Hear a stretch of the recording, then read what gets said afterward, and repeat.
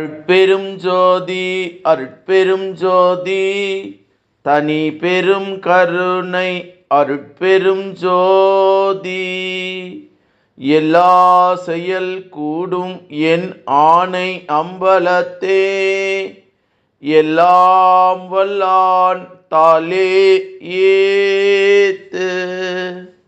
வாழ்க வையகம் வாழ்க வையகம் வாழ்க வளமுடன்.